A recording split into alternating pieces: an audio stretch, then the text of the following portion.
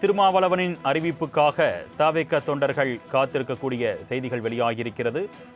பல்வேறு பரபரப்புகள் நிறைந்த அரசியல் வட்டாரத்தில் தற்பொழுது திருமாவளவன் என்ன அறிவிப்பை வெளியிடப் போகிறார் என்ற எதிர்பார்ப்பு தற்பொழுது பரவலாக பேசப்பட்டு வருகிறது. காலை 10 மணிக்கு முக்கிய அறிவிப்பை திருமாவளவன் வெளியிடுவார் என்று எதிர்பார்க்கப்பட்ட நிலையில் தற்பொழுது காலதாமதம் ஏற்பட்டு வருகிறது.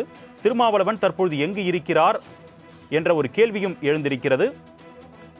2.5 மணி நேரமாகியும் தற்பொழுது விசிக அலுவலகத்திற்கு திருமாவளவன் வராததால் பல்வேறு குழப்பங்களும் ஏற்பட்டிருக்கிறது. தொடர்பான அண்மை செய்தியை நாம் பார்த்துக் கொண்டிருக்கிறோம். தவேக மீது அமமுக பொதுச் செயலாளர் டிடிவி தினகரன் பல்வேறு அதிரடியான குற்றச்சாட்டுகளை முன்வைத்திருக்கக்கூடிய நிலையில் விசிக தனது நிலைப்பாட்டை இன்று அறிவிப்பின் வாயிலாக தெரிவிப்பதாக முன்னதாக தகவல் வெளியான நிலையில் காலை 10 மணிக்கு விசிக தலைவர் திருமாவளவன் தனது முக்கிய அறிவிப்பை வெளியிடுவார் என்று எதிர்பார்க்கப்பட்டது. ஆனால் 2.5 மணி நேரமாகியும் விசிக தலைமை அலுவலகத்திற்கு திருமாவளவன் வராததால் பல்வேறு குழப்பங்களும் ஏற்பட்டிருக்கிறது. அண்மை செய்தியாக பார்த்துக் கொண்டிருக்கிறோம். கூடுதல் விவரங்களை செய்தியாளர் ராஜேஷ் வழங்க நாம் கேட்கலாம். வணக்கம் ராஜேஷ். கிட்டத்தட்ட 2.5 மணி நேரமாக திருமாவளவன் எங்கிருக்கிறார், எப்பொழுது முக்கிய அறிவிப்பை வெளியிடுவார் அப்படின்ற ஒரு எதிர்பார்ப்பு காத்திருக்கக்கூடிய நிலையில அவருடைய இந்த காலதாமதத்துக்கு என்ன காரணமா சொல்லப்படுது? கூடுதல் விவரங்கள். அருணேஷ், ஒட்டுமொத்த தமிழகமுடைய எதிர்பார்ப்புமே இந்த விடுதலை சிறுத்தைகள் கட்சியினுடைய தலைவர் திருமாவளவன் என்ன சொல்ல போகிறார், ஏனென்றால் தமிழ்நாட்டினுடைய அடுத்த முதலமைச்சர் யார் என்பது அவர் சொல்லக்கூடிய அந்த ஓரிரு வார்த்தைகளில் தான் இருக்கிறது என்பது அனைவரும் அறிந்த ஒன்றாக இருக்கிறது.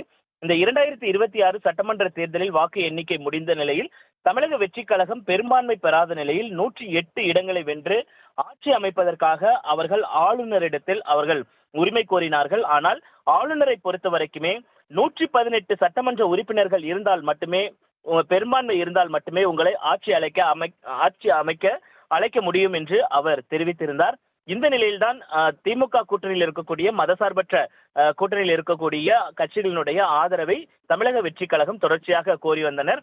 அந்த வகையில் ராகுல் காந்தியிடம் பேசி காங்கிரசினுடைய அந்த 5 சட்டமன்ற உறுப்பினர்களுடைய ஆதரவை அவர்கள் பெற்றிருக்கிறார்கள். அதே போல கம்யூனிஸ்டுகள் இடதுசாரிகளுடன் பேசி 4 சட்டமன்ற உறுப்பினர்களை பெற்றிருக்கிறார்கள். கிட்டத்தட்ட 116 அவர்கள் சட்டமன்ற உறுப்பினர்களை பெற்றிருக்கக்கூடிய சூழலில் இன்னும் 2 சட்டமன்ற உறுப்பினர்களை பெற்றால் அவர்களுக்கான அந்த பெரும்பான்மை கிடைக்கும் என்று எதிர்பார்க்கப்படுகிறது. குறிப்பாக இந்த 2 சட்டமன்ற உறுப்பினர்கள் விடுதலை சிறுத்தைகளிடம் இருக்கக்கூடிய சூழலில் தொடர்ச்சியாக விடுதலை சிறுத்தைகளினுடைய தலைவர் தொல் திருமாவளவனை சந்தித்து ஆதவ் அர்ஜுனா உள்ளிட்ட தமிழக வெற்றி கழகத்தை சேர்ந்த நிர்வாகிகள் தொடர்ச்சியாக பேசி வந்தார்கள். தங்களுக்கு ஆதரவு அளிக்க வேண்டும் என்று அவர்கள் தெரிவித்திருந்தார்கள். அதே போல திருமாவளவனை சந்தித்து திருமாவளவனும் திரு விஜய் அவர்களிடம் நேரடியாக பேசியதாக, தொலைபேசி வாயிலாக பேசியதாகவும், அப்போது விஜய் அவர்கள் ஆதரவு அளிக்குமாறு என்றைக்குமே உங்களுக்கு நன்றி உள்ளவராக இருப்பேன் என்றெல்லாம் அவர் தெரிவித்ததாக கூறப்படுகிறது. இப்படியான ஒரு கட்டத்தில் தான் திருமாவளவன் அவர்கள் எங்களுடைய உயர்மட்ட குழுவை கூட்டி நாங்கள் ஆலோசனை செய்து அடுத்த கட்ட நடவடிக்கைகள் தமிழக வெற்றி கழகத்திற்கு ஆதரவு அளிப்பதா இல்லையா என்று நாங்கள் முடிவு செய்வோம் என்று தெரிவித்திருந்தார். அதன்படி நேற்று திருமாவளவன் அந்த உயர்மட்ட குழு என்பது நடைபெற்றது. காணொலி காட்சி வாயிலாக நடைபெற்ற அந்த உயர்மட்ட குழுவில் சிந்தனை செல்வன், ஆர் பாலாஜி, விடுதலை சிறுத்தைகள் கட்சியினுடைய மிக முக்கிய தலைவர்கள் அனைவருமே பங்கேற்றிருந்தார்கள். அப்பொழுது நேற்றைய தினத்திலேயே அவர் முடிவை அறிவிப்பார் என்று எதிர்பார்க்கப்பட்ட நிலையில் நாளை காலை நான் எனது முடிவை அறிவிப்பேன் என்று தெரிவித்திருந்தார். இதற்கு முன்பாக நேற்று இரவு தமிழக முன்னாள் முதலமைச்சர் திமுக தலைவர் ஸ்டாலின் அவர்களை சந்தித்து ஆலோசனை நடத்தியிருந்தார். அதற்கு முன்பாக இடதுசாரிகள் பேட்டி அளிக்கும் பொழுது, செய்தியாளர்களை சந்திக்கும் பொழுது, திரு விஜய் அவர்களுக்கு ஆதரவு அளித்து அவர்கள் செய்தியாளர்களை சந்திக்கும் பொழுது திருமாவளவன் சரியாக 6:30 மணி அளவில் அந்த உயர்மட்ட குழு கூட்டத்தை முடித்துவிட்டு இடதுசாரிகள் அலுவலகத்திற்கு வர இருக்கிறார். அலுவலகத்திற்கு வந்து அவர் செய்தியாளர்களை சந்திப்பார். நிச்சயமாக தமிழக வெற்றி கழகத்திற்கான அந்த ஆதரவை அவர் கொடுப்பார் என்று அவர்கள் தெரிவித்திருந்தார்கள். ஒட்டுமொத்தமாக விடுதலை சிறுத்தைகள் கட்சியை ஒரு மையமாக வைத்து இன்றைக்கு அரசியல் சூழல் என்பது நிலவி கொண்டிருக்கக்கூடிய சூழலில் விடுதலை சிறுத்தைகள் கட்சியிலிருந்து பல்வேறு தகவல்கள், பல்வேறு வியூகங்களும் வெளியாகி இருந்தன. குறிப்பாக வன்னியரசு போன்றவர்கள்லாம் செய்தியாளர்களுக்கு பேட்டி அளிக்கும் பொழுது முதலமைச்சர் வேட்பாளராக திருமாவளவன் வரக்கூடும், நாளை நமதே என்றெல்லாம் அவர்கள் தங்களுடைய எக்ஸ் தளத்தின் வாயிலாக பதிவு செய்திருந்தார்கள். ஒட்டுமொத்தத்தில் இன்னும் சற்று நேரத்தில் அது முடிவு செய்யப்படும் என்று எதிர்பார்க்கப்பட்ட நிலைதான் கிட்டத்தட்ட காலை 10 மணி முதலே ஒட்டுமொத்த ஊடகங்களும் விடுதலை சிறுத்தைகள் கட்சியினுடைய தலைமை அலுவலகத்தில் குவிந்திருக்கிறார்கள். திருமாவளவன் என்ன சொல்ல போகிறார் என்பது ஒட்டுமொத்த நாட்டினுடைய எதிர்பார்ப்பாக இருக்கக்கூடிய சூழலில் தற்போது வரை திருமாவளவன் மௌனம் காக்கிறார். எந்த விதமான தமிழக வெற்றி கழகத்துக்கு ஆதரவா என்பதையெல்லாம் அவர் சொல்லவில்லை. அதே நேரத்தில் திருமாவளவன் விடுதலை சிறுத்தைகள் கட்சியினுடைய தலைமை அலுவலகத்திற்கு பாதுகாப்புகள் எல்லாம் கூட்டப்பட்ட பொழுது ஊடகங்களுக்கு செய்திகளாக வந்தது, இன்னும் சற்று நேரத்தில் அவர்கள் ஆதரவு அளிக்கப் போகிறார்கள், விஜய் இங்கு வரப்போகிறார், அதனால்தான் பாதுகாப்பு பலப்படுத்தப்பட்டிருக்கிறது, பேரிகார்டுகள் எல்லாம் அமைக்கப்பட்டிருக்கிறது, தடுப்பு வேலிகள் எல்லாம் போடப்பட்டிருக்கிறது என்றெல்லாம் செய்திகள் வந்த வண்ணம் இருந்த நிலையில் தமிழக வெற்றி கழகத்தினருக்கு ஒரு நம்பிக்கை அளிக்கக்கூடிய விதமாக இந்த தகவல்கள் எல்லாம் இருந்த நிலையில் திருமாவளவனுடைய இந்த மௌனம் என்பது மிகப்பெரிய ஒரு அச்சத்தை தமிழக வெற்றி கழகத்திற்கு ஏற்படுத்தியிருக்கிறது. ஏனென்றால் அரசியலில் என்ன வேண்டுமானாலும் நடக்கலாம் என்று இரு தரப்பிலும், அதிமுக தரப்பிலும் சரி திமுக தரப்பிலும் தெரிவிக்கப்படுகிறது. ஒருவேளை அதிமுக ஆட்சி அமைப்பதற்கு திமுக வெளியில் இருந்து ஆதரவு அளிக்கும் பட்சத்தில் அவர்களிடத்தில் திருமாவளவனோடு சேர்த்து 118 எண்ணிக்கை இருக்கிறது. அவர்கள் ஆட்சி அமைப்பதற்கு எந்த விதமான தடையும் இல்லை என்று ஏற்கனவே தமிழக பொறுப்பு ஆளுநராக இருக்கக்கூடியவர் ஏற்கனவே ஆங்கில செய்தி ஊடகத்திற்கு தெரிவித்திருக்கும் பொழுது இந்த கருத்தை தெரிவித்திருந்தார். பெரும்பான்மையை பெற்றிருக்கக்கூடிய யார் 118 சட்டமன்ற உறுப்பினர்களுடைய பட்டியலை என்னிடத்தில் கொடுக்கிறார்களோ அவர்களுடைய ஆட்சி அமைப்பதற்கான அந்த உரிமையை நான் கோருவேன் என்று அவர் தெரிவித்திருந்தார். அந்த வகையில் பார்க்கும் பொழுது இது மிகப்பெரிய ஒரு சூழலை ஏற்படுத்தியிருக்கிறது. குறிப்பாக இன்றைய தினத்தில் இன்னொரு சம்பவம் மிக முக்கியமாக பார்க்கப்படுகிறது.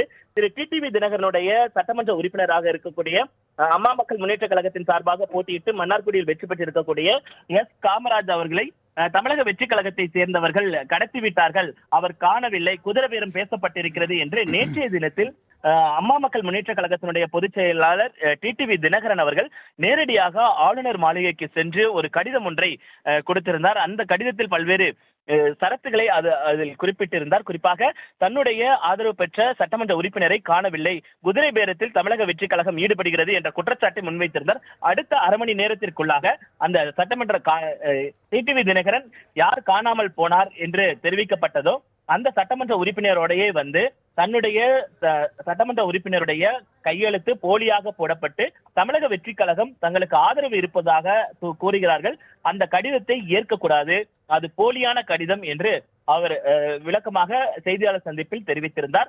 ஆளுநரிடமும் அவர் புகார் அளித்திருந்தார். இதனைத் தொடர்ந்துதான் தமிழக வெற்றி கழகம் சார்பாக நேற்று ஒரு வீடியோ என்பது வெளியிடப்பட்டது. அதில் மன்னார்குடியின் சட்டமன்ற உறுப்பினராக இருக்கக்கூடிய எஸ் காமராஜ் அவர்கள் ஒரு பேப்பரில் கையெழுத்து போடக்கூடிய அந்த வீடியோ என்பது வெளியாகி இருந்தது. அந்த வீடியோவை அவர்கள் வெளியிட்டிருந்தார்கள். டிடிவி தினகரன் உண்மைக்கு புறம்பான கருத்தை கூறுகிறார். மகிழ்ச்சியோடு திரு டிடிவி தினகரனுடைய ஒப்புதலோடு தான் காமராஜ் அவர்கள் இந்த எங்களுக்கு ஆதரவு கடிதத்தில் கையெழுத்து இட்டார் என்ற அந்த வாசகத்தையும் அறிக்கையாக தமிழக வெற்றி கழகத்திலிருந்து பெறப்பட முடிந்தது. இப்படியாக இருக்கக்கூடிய சூழலில் இன்றைக்கு செய்தியாளர்கள் சந்திப்பை நடத்திய டிடிவி தினகரன் போலியான ஒரு கடிதத்தை கொடுத்து போலியாக ஆட்சி அமைக்க திரு விஜய் அவர்கள் முயற்சிக்கிறார், அதனை தடுக்க வேண்டும் என்று அவர் கூறியிருப்பது என்பது அதீத முக்கியத்துவம் வாய்ந்ததாக பார்க்கப்படுகிறது. இது தொடர்பாக தமிழக பொறுப்பு ஆளுநர் மத்திய உள்துறை அமைச்சகத்திடம் ஒரு ஆலோசனை மேற்கொண்டிருப்பதாகவும் கூறப்படுகிறது. ஒட்டுமொத்தமாக அடுத்ததாக தமிழ்நாட்டை யார் ஆளப் போகிறார்கள் என்ற அந்த கேள்வி என்பது தொக்கி நிற்கக்கூடிய சூழ்நிலையில் டிடிவி தினகரனுடைய இந்த புகார் என்பது மிக முக்கியத்துவம் வாய்ந்ததாக பார்க்கப்படுகிறது.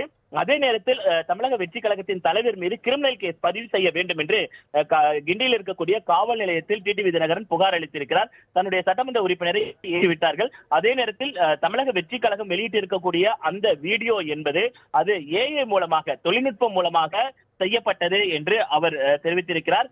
குறிப்பாக இந்த ஏஐ வீடியோவில் இருக்கக்கூடிய அடையாளங்கள், அவர் எஸ் காமராஜை பொறுத்த வரைக்கும் கையில் பச்சை கயிறு கட்டியிருக்கிறார், அதே வாட்சை போட்டிருக்கிறார். இப்படி இருக்கும் பொழுது இந்த வீடியோவை நீங்கள் எப்படி தொழில்நுட்பம் சார்ந்தது ஏஐ எடிட் செய்திருக்கிறார்கள் என்று கூற முடியும் என்று செய்தியாளர்கள் கேள்வி எழுப்பும் பொழுது இது போலியான வீடியோ தான், இந்த வீடியோவை நிரூபிக்க வேண்டும். அதே நேரத்தில் தமிழக வெற்றி கழகத்திற்கு நாங்கள் ஆதரவு அளித்தோம் என்ற கடிதத்தை, ஒரிஜினல் கடிதத்தை தமிழக வெற்றி கழகம் வெளியிட வேண்டும், இல்லை என்றால் நான் சட்டப்படியான நடவடிக்கைகளை எடுப்பேன் என்று திரு டிடிவி தினகரன் தெரிவித்திருக்கிறார்.